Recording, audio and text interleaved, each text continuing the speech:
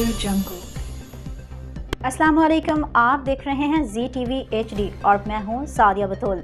सबसे पहले शामिल करेंगे आज की अहम खबरें। साफ पानी की दस्तयाबी के साथ बच्चे अपनी तालीम पर तवज्जो मरकूज करते सकते हैं, जो कम्युनिटी का रोशन मुस्तकबिल को यकीनी बनाएगा। मुकर्ररीन का खिताब।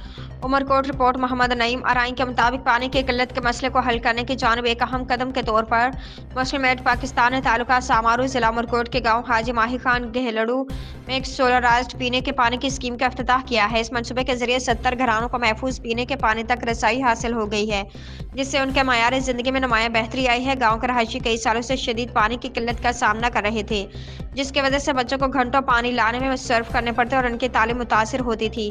अब जबकि साफ पानी उनके दरवाजे पर दस्तयाब है, बच्चे अपनी पढ़ाई पर तवज्जो मरकूज कर सकते हैं, जिससे कम्युनिटी के बेहतर मुस्तकबिल की राह हमवार हो रही है। इफ्तिताही तकरीब में मुकामी हुकूमत के नुमाइंदे एम नवाल राय, मिस्टर हाशिम समेजू, नौजवान रहनुमा मिस्टर नदीम अहमद, सूबाई कोऑर्डिनेटर मिस्टर मोहम्मद अफजल मल्लाह और मुस्लिम एड के हब कोऑर्डिनेटर ने शिरकत की।